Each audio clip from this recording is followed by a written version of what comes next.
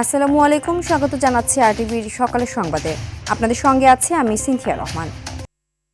আসন্ন পবিত্র ঈদ উল আজহাকে কেন্দ্র করে দেশের বিভিন্ন মহাসড়কে ঘরমুখ মানুষের চাপ বাড়ছে। এমন পরিস্থিতিতে ঢাকা সিলেট মহাসড়কের নরসিংদী অংশে এবার তীব্র যানজটের আশঙ্কা দেখা দিয়েছে। চলমান 6 লেনের কাজ, মহাসড়কের পাশে অবৈধ হাট বাজার, যেখানে সেখানে গাড়ি পার্কিং ও 3 হুইলারের অনিয়ন্ত্রিত চলাচলের কারণে চরম ভোগান্তির আশঙ্কা করছেন যাত্রী ও চালকরা। নরসিংদী থেকে মোর্শেদ শাহরিয়ারের পাঠানো তথ্যচিত্রে বিস্তারিত জানাচ্ছেন লিওন আজাদ। ঈদুল আজহা যত ঘনিয়ে আসছে, ব্যস্ততা বাড়ছে ঢাকা সিলেট মহাসড়কে। প্রতিদিনই বাড়ছে ঘরমুখ মানুষের চাপ। তবে এই বাড়তি চাপকে ঘিরে নরসিংদী অংশে দেখা দিয়েছে দীর্ঘ যানজটের আশঙ্কা। বর্তমানে মহাসড়কটি 4 লেন থেকে 6 লেনে উন্নীতকরণের কাজ চলমান থাকায় বিভিন্ন স্থানে সড়ক খুঁড়ে রাখা হয়েছে। ফলে সৃষ্টি হয়েছে খানাখন্দ এবং সংকুচিত হয়ে পড়েছে লেন। বিশেষ করে মহাসড়কের পাশে গড়ে ওঠা অবৈধ দোকানপাট, সবজির হাট, কোরবানির পশুর হাট এবং 3 হুইলারের বেপরোয়া চলাচল পরিস্থিতিকে আরও জটিল করে তুলেছে।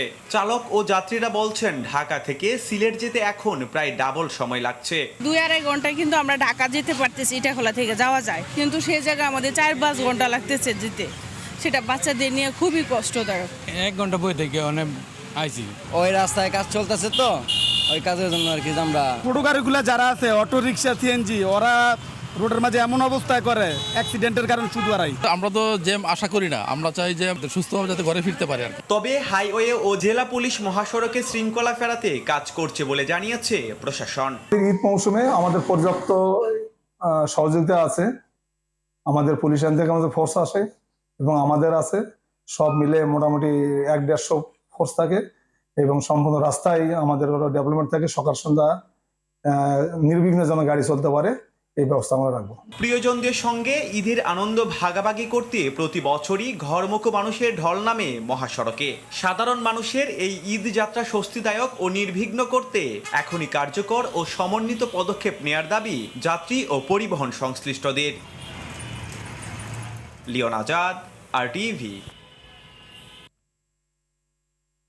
ঝিনাইদহের কোটচাঁদপুরে ট্রেনের বগি লাইনচ্যুতির ঘটনায় 5.5 ঘন্টা পর ট্রেন চলাচল স্বাভাবিক হয়েছে। উদ্ধারকারী ট্রেন এসে বগিটি সরিয়ে নিলে খুলনার সাথে রাজশাহী সহ উত্তরবঙ্গের ট্রেন চলাচল স্বাভাবিক হয়।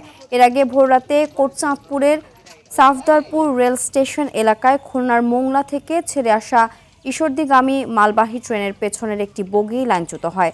এতে বন্ধ হয়ে যায় ট্রেন চলাচল।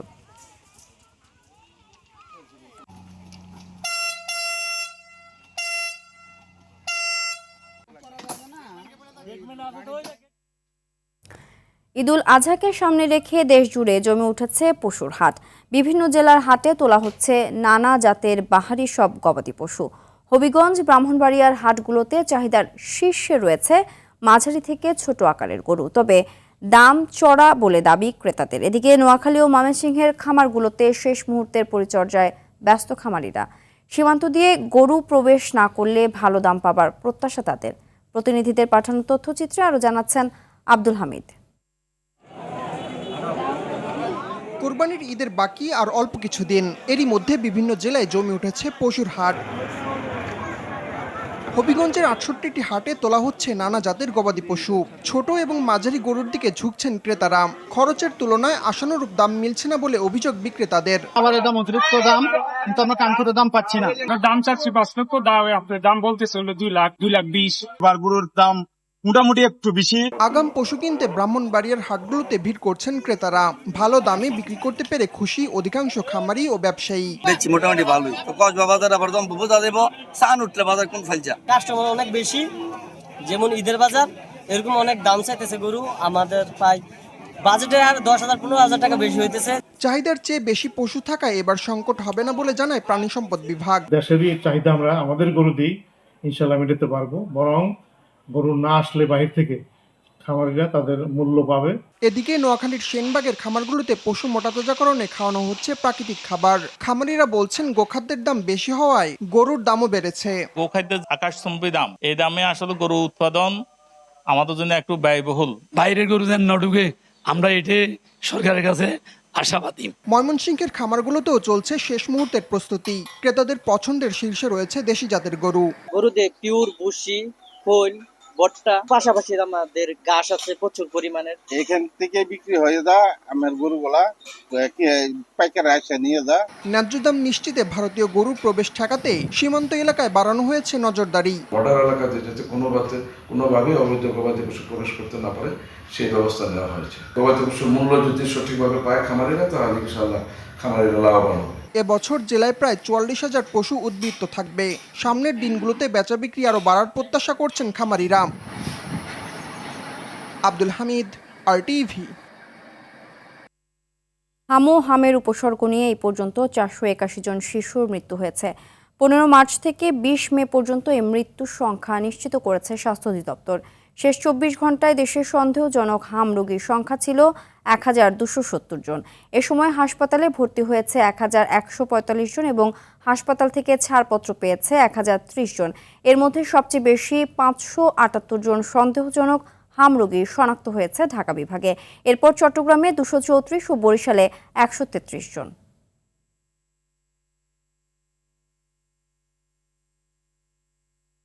সাগরে মাছ ধরায় 58 দিনের সরকারি নিষেধাজ্ঞায় কর্মহীন হয়ে দুর্বিষহ জীবনযাপন করছেন পিরোজপুরের প্রায় 5,500 নিবন্ধিত জেলে।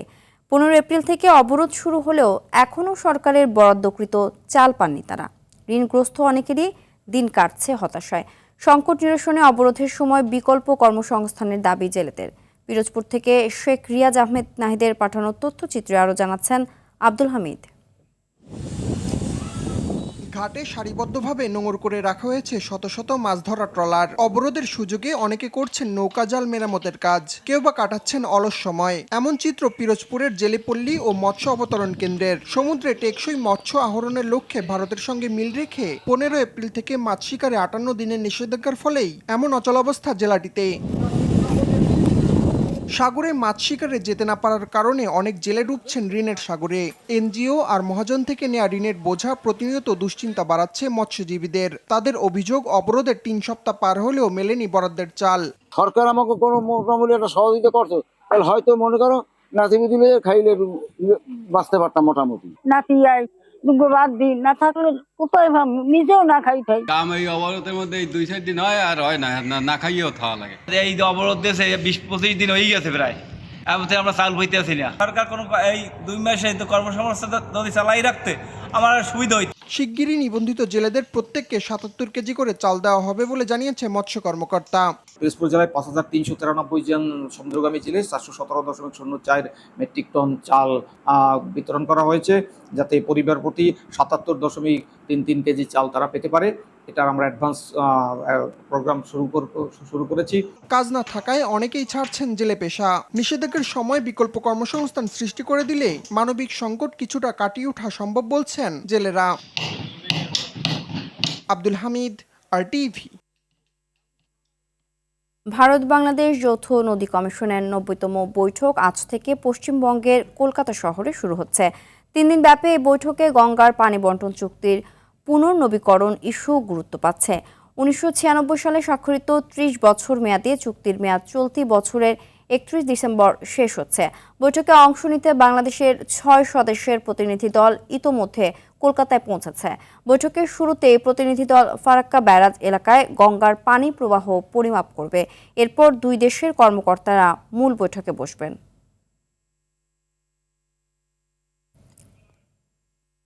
জামালপুরের বকশীগঞ্জে আলহাজ কসরউদ্দিন দাখিল মাদ্রাসার জরাজীর্ণ ঝুঁকিপূর্ণ ভবনে চলছে পাঠদান কার্যক্রম। এই একাডেমিক ভবনটি 32 বছরে রূপ নিয়েছে এক জরাজীর্ণ ও মৃত্যু ফাঁদে। যে কোনো মুহূর্তে বড় ধরনের দুর্ঘটনার আশঙ্কায় দিন কাটছে শিক্ষক, শিক্ষার্থী ও অভিভাবকদের। জামালপুর থেকে GM ফাতিউল হাফিজ বাবুর পাঠানো তথ্যচিত্রে জানাচ্ছেন লিওন আজাদ।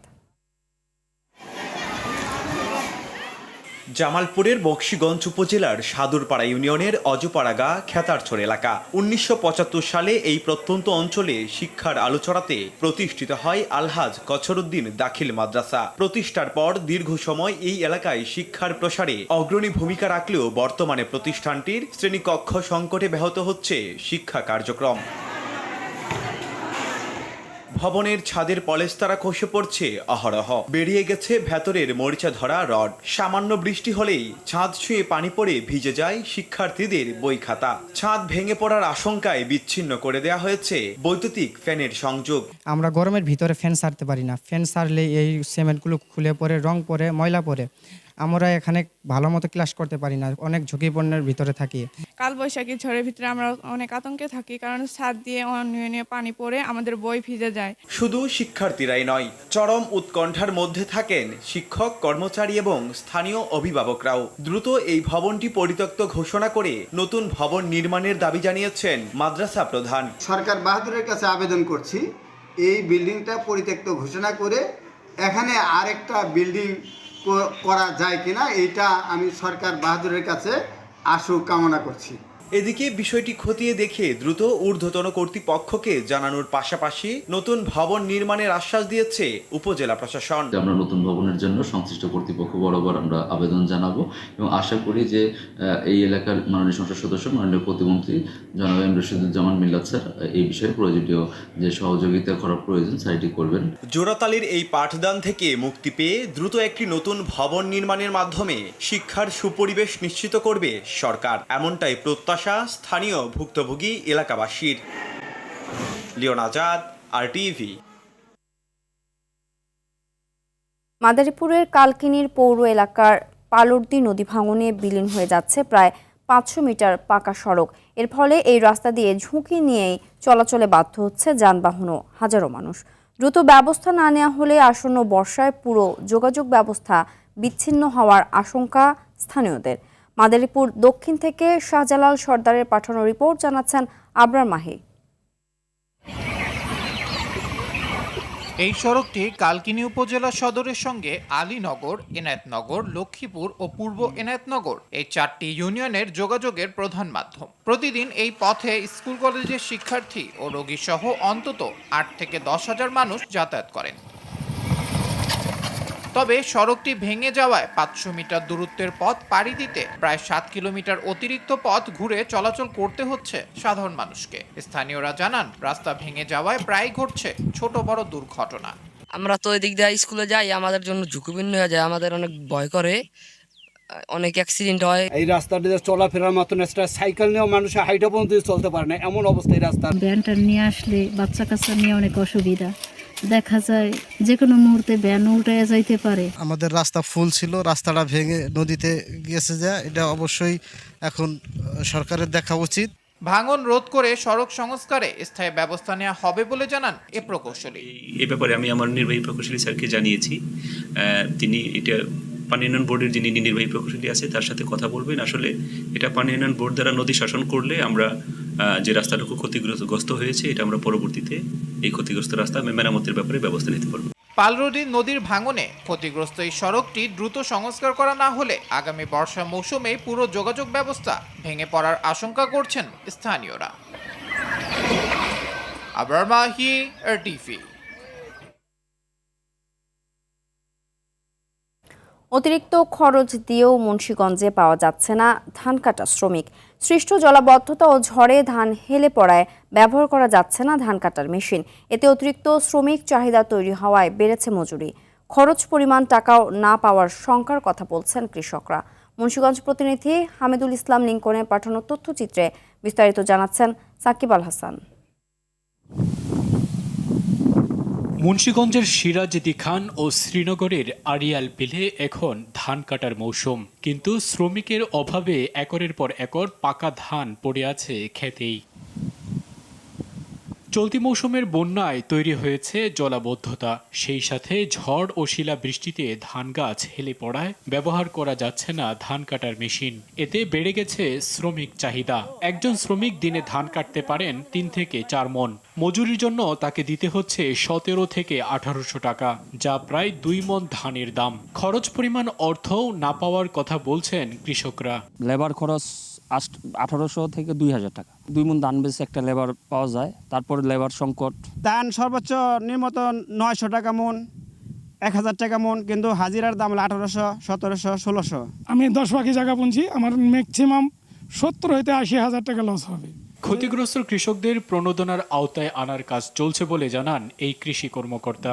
কিছু কৃষক যেহেতু ক্ষতিগ্রস্ত হয়েছে তাদের জন্য আমরা আমাদের মাননীয় সংসদ সদস্য মহোদয়কে অবগত করেছি এবং তাদেরকে পরবর্তীতে প্রণোদনার মাধ্যমে যদি কিছু সহযোগিতা করা যায় কৃষককে সে ব্যাপারে উপজেলা কৃষি অফিস সহযোগিতা প্রশাসনের মাধ্যমে চেষ্টা চালিয়ে যাচ্ছে। শুধু আশ্বাসে সীমাবদ্ধ না থেকে ক্ষতিগ্রস্ত কৃষকদের সহায়তা করবে কৃষি বিভাগ, এমনটাই চাওয়া কৃষকদের। সাকিব আল হাসান, RTV। ঢাকার প্রধান সড়কগুলোতে এবার ট্রাফিক নিয়ন্ত্রণে ব্যবহার করা হচ্ছে কৃত্রিম বুদ্ধিমত্তা প্রযুক্তি, AI ক্যামেরা। স্বয়ংক্রিয় এই ব্যবস্থায় নিয়ম ভঙ্গ করলে শনাক্ত হয়ে যাচ্ছে যানবাহন আর সরাসরি পাঠানো হচ্ছে মামলা।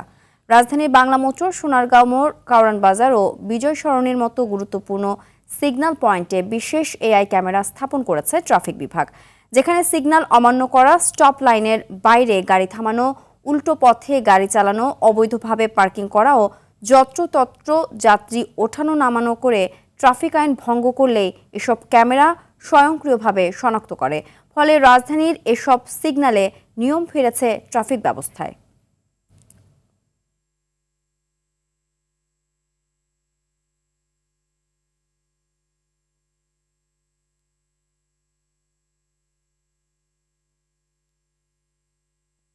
আন্তর্জাতিক প্রসঙ্গ। ইরান শান্তি চুক্তিতে একটি সঠিক সমাধান পেতে আরও কয়েকদিন অপেক্ষা করতে রাজি হয়েছেন মার্কিন প্রেসিডেন্ট ডোনাল্ড ট্রাম্প। অন্যদিকে ইরানের প্রেসিডেন্ট মাসুদ পেজেশকিয়ান বলেছেন, তেহরানের পক্ষ থেকে কূটনৈতিক সমাধানের সব পথ খোলা রয়েছে। হরমুজ প্রণালী এড়িয়ে সরাসরি ওমান উপসাগরে তেল পৌঁছাতে দ্রুততার সঙ্গে পাইপলাইনের কাজ করছে আরব আমিরাত। এর মধ্যেই 6 লক্ষ ব্যারেল তেল নিয়ে হরমুজ পার হয়েছে 3টি চীনা জাহাজ। বিস্তারিত সামিল শিহাবের রিপোর্টে। যুক্তরাষ্ট্র ও ইরানের মধ্যকার যুদ্ধবিরতির 6 সপ্তাহ পার হলেও স্থবির হয়ে পড়েছে শান্তি আলোচনা। মার্কিন প্রেসিডেন্ট ডোনাল্ড ট্রাম্প হুঁশিয়ারি দিয়েছেন, শান্তি চুক্তিতে না এলে ইরানে পুনরায় সামরিক হামলা চালাতে প্রস্তুত ওয়াশিংটন। তবে তেহরানের পক্ষ থেকে ভালো ও সঠিক জবাব পেতে আরও কয়েকদিন ধৈর্য ধরতে রাজি হয়েছেন তিনি। ইরানের প্রেসিডেন্ট মাসুদ পেজেশকিয়ান বলেছেন, শান্তি চুক্তিতে পৌঁছাতে তেহরানের পক্ষ থেকে কূটনৈতিক সমাধানের সব পথ খোলা রয়েছে। তবে বল প্রয়োগ করে ইরানকে কোনোভাবেই আত্মসমর্পণ করানো যাবে না বলেও স্পষ্ট করেন তিনি। এদিকে পার্সিয়ান গালফ স্টেট অথরিটি গঠন করে পুরো হরমুজ এলাকার নিয়ন্ত্রণ নিয়েছে ইরান।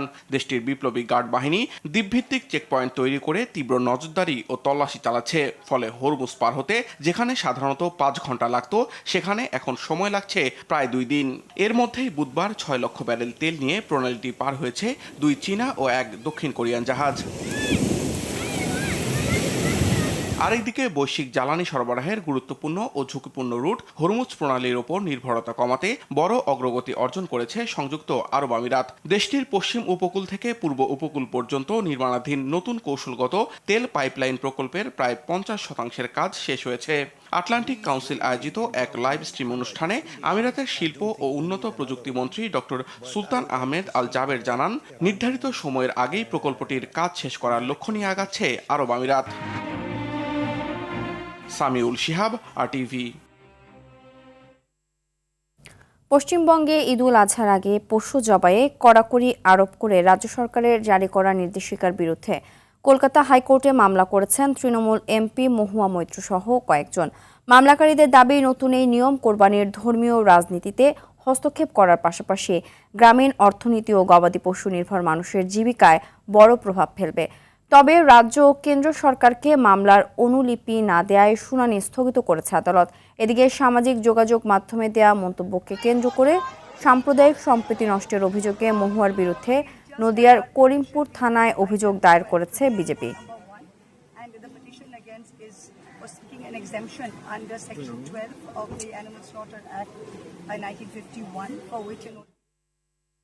খেলা খবর। হ্যাট্রিক সাফ নারী চ্যাম্পিয়নশিপ জয়ের লক্ষ্য নিয়ে আজ ভারত যাচ্ছে বাংলাদেশ নারী ফুটবল দল।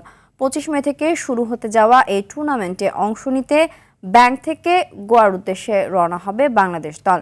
29 মে মালদ্বীপের বিপক্ষে ম্যাচ দিয়ে শিরোপা মিশন শুরু করবে বর্তমান চ্যাম্পিয়নরা। এরপর 31 মে মুখোমুখি হবে স্বাগতিক ভারতের। গ্রুপের 2 চ্যাম্পিয়ন ও রানার্স আপ 3 জুন খেলবে সেমিফাইনাল। 6 জন টুর্নামেন্টের ফাইনাল। এর আগে আসরের প্রস্তুতির অংশ হিসেবে ব্যাংককে 2 সপ্তাহের ক্যাম্প করেছে কোচ পিটার বাটলারের দল।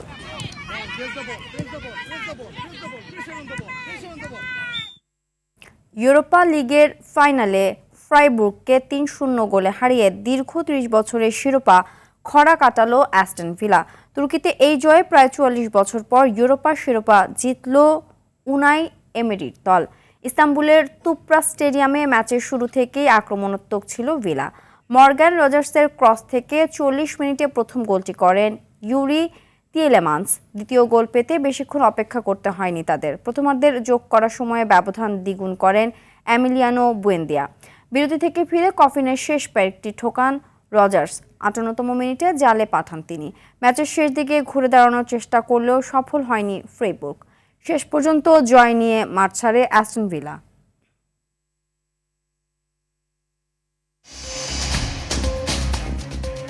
সকালের সংবাদ এ পর্যন্তই। মধ্যাহ্নের সংবাদ দুপুর 12টায় দেখার আমন্ত্রণ রইল। ধন্যবাদ সবাইকে।